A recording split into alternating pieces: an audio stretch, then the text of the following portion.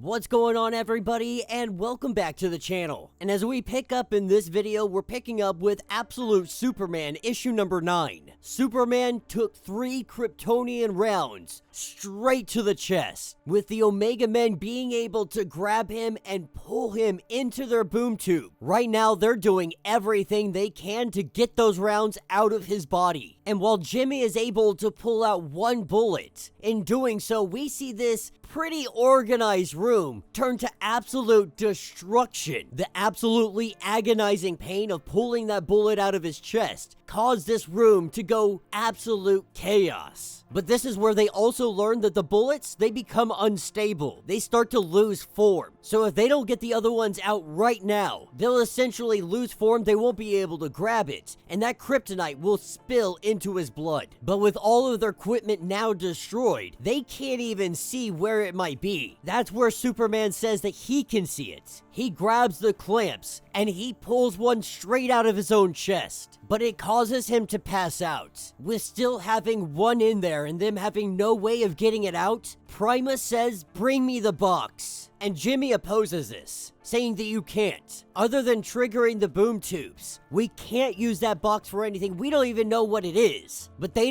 believe that they have no other option in the situation, that this is their most powerful weapon. They can't let him die on this OR table. As they trigger the machine, we see the father box activate. And this is where we are taken to later on. We are taken to a Lazarus Core processing center. Lois Lane has been arrested, and the one and only Ra's al Ghul, founder and CEO of Lazarus Core, he has come down here personally to talk to Lois Lane, a man that never shows his face in public. Lois knows what this is. He's trying to be impressive. He came all the way down here to tell me, despite my arrest in Kansas, despite my betrayal, I'm not being fired. I'm not going to jail. I'm not being disappeared. Though all of those options were probably considered, I'm also not allowed to quit. You're here to remind me that Lazarus owns me. And Ra's al Ghul, he kind of laughs at this, saying I couldn't have said it better myself. But Lois continues on, saying that you're doing this to encourage my allegiance, going to remind me that you own my father's legs, that you can disable his Lazarus prosthetics with the flip of a switch. You'll do all of this because of the threat that you're about to face. You'll do all of this because you have yet to understand. You have no idea that the world has changed. You don't get it because you haven't met him yet. Because once Superman's standing in front of you, you're gonna realize how truly small you are. Lois, seizing an opportunity, a blade in hand, she takes it and she lunges at Ra's al Ghul. But he tells her, do it. Open up my throat and watch. I'll rise up again tomorrow. Can you say the same thing? That Lazarus, it means life, Agent Lane. You hold your father in your hands. So remember your love for him as you fulfill your duty and bring me my son. As we pick up weeks later in Pakistan, we have a Lazarus Core peacemaking embassy, a boom tube opening up, and the Omega Men, they come pouring out. While Primus fights, Superman tells her that you need to stop killing. No use of deadly force. That if you insist on using deadly force, you'll wish you left me for dead.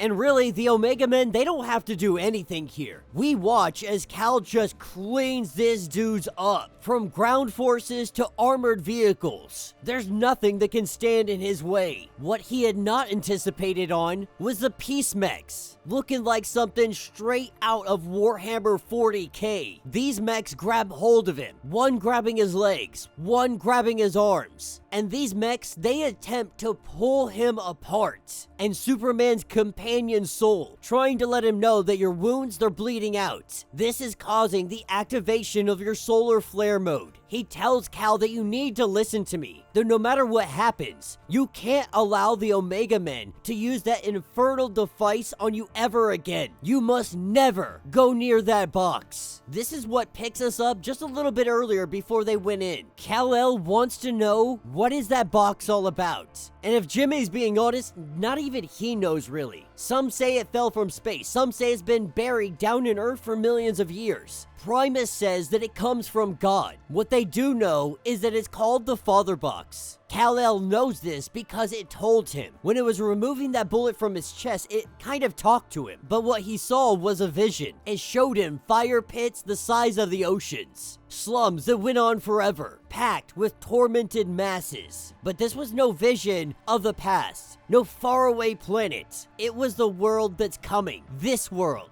Kal-El is not sure if he can trust the Omega Men. He's not sure if he can trust Primus. But after everything that they have done, everything that they have endured, after months of working with the Omega Men, is too far really far enough? You have to kind of ask yourself this question. For Jimmy, none of this was really anything special. He joined the Omega Men because he saw what was happening to the world, and he realized he had to do something. That if he ever had children, and they ask about this time, he wants to say that he did something. That he didn't just sit around staring at his phone. He went to where the people were fighting to make a difference. Right after he had joined, he was shown the intel that was gathered up on Lazarus, on Brainiac algorithms, their long history of atrocities, plus all the craziness that's supposedly hidden at Area 41, the government's Project Olympus, the world's richest psychopath, someone that they call the Joker. After hearing all of this, the first thing that he did was get a vasectomy. No way that he wanted to bring children into this world. But if you're asking me, do you trust her? If I were you, whoever you are, wherever you come from, I wouldn't trust anybody on this whole rotten planet. And that's what takes us back to present day. Superman ripping those mechs apart. Soul is trying to let him know that that father box, that device is extremely dangerous. And while Kal-El recognizes that Soul seems almost frightened of the box, Soul doesn't have this emotion, but he tells Kal-El that it is you who should be frightened. Be scared of what this corrupted world might do to you, of the sort of man that it might turn you into. Now at this point, Kal-El, he is tired of people telling him what he is, what he might be. He doesn't even know who he is anymore. So he's asking everybody to shut the hell up, with Soul disabling its voice mode. He knows he was probably a little too hard on Soul. He's right to be worried. Every day that he spends under the sun, he grows stronger, he grows angrier, he grows further removed from who he was. That sheepish child of the Redlands, a boy who saw his family murdered, as surely if someone put a gun to their innocent heads and kept pulling the trigger. By the time they break into this facility and go to rescue the prisoners, they're already too late. Each and every one of them have been hung, and this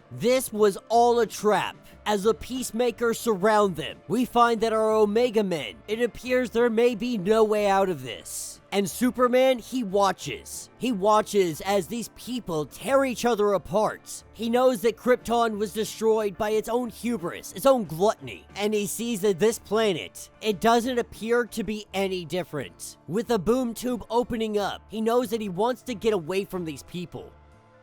He wants to go to their tallest mountain, maybe jump to the moon, find some place that nobody can find him, a place where no one would need anything from him, no one screaming for help, no one asking to join them, to liberate or avenge them, no one lost or in the need of salvation. And this is where Primus says, do you finally see? Lazarus will exterminate anyone that stands in their way. You don't fight people like this by pulling your punches, telling him that he was sent here for a reason, to stop holding in your anger, stop holding back the volcano, stop pretending to be that naive boy, be a man of steel, march back there with me right now and fight. Together we'll kill every single peacemaker and leave nothing but ashes. But with Kal-El unable to deal with all of this, Superman, it's really just becoming too much for him, saying that he has to go and don't try finding me. But before he can finish that sentence, somebody comes up and says that they left a man behind. Agent Alpha was left behind. This is where we pick up with Jimmy Olsen, a bag over his head in an interrogation room, and the one interrogating him, the Lazarus agent in charge of this interrogation, is none other than Lois Lane. And that will be the end of this issue. So let me know what you guys think down in the comments. Definitely a fun issue. What we're really seeing is Superman thought joining the Omega Men was the right choice, but now he's seeing maybe it's not the right choice, because putting too much power into one side of this fight, it just means genocide. It means the death of hundreds of thousands of people. Even if these are bad people, Superman doesn't want to kill them, but the longer he is here, the longer he is fighting this war for them, the more angrier he becomes. Under the sun, he becomes even stronger, and so this godlike power, it's amassing. He's becoming better and better, faster, stronger, to the point that he could wave his hand and deal with all of these situations. This is what he is fearing. He is fearing that if he becomes this god, this symbol that people bow to, that people listen to, that people run in fear to, that he will become as corrupt as everything that he has despised. He is severely overwhelmed. The entire situation has become too much for him. Everybody needing saving, needing help, needing retribution, needing revenge. And Kal-El just wants to escape. He just wants to get away. But he's also beginning to see what will happen, what is in store for this world. The Father Box showed him some truth. Soul sent out a warning about that box. The Omega Men have no idea what this is, where it comes from, or the evil that is behind it. The Omega Men think that they are doing the right thing for justice, not knowing that the very power they use is from evil incarnate. But let me know what you guys think. Let me know your thoughts. Let me know your theories. If you want to get caught up on everything that is going on with this series, go ahead, check out the link in my description, as well as the top of this video. It's gonna get you completely caught up on everything going on with DC Comics Absolute Universe. If you would like to support the channel, you can always do so by joining the channel membership. Much like Patreon, having multiple different tiers, from $1 to $50, from loyalty badges to comics every single month. Not only are you helping out the channel tremendously, you're getting tons of perks in the process. Now, if you're unable to do this, do me a favor, subscribe to the channel, like this video, hit that notification bell, and with that being said, until the next breakdown.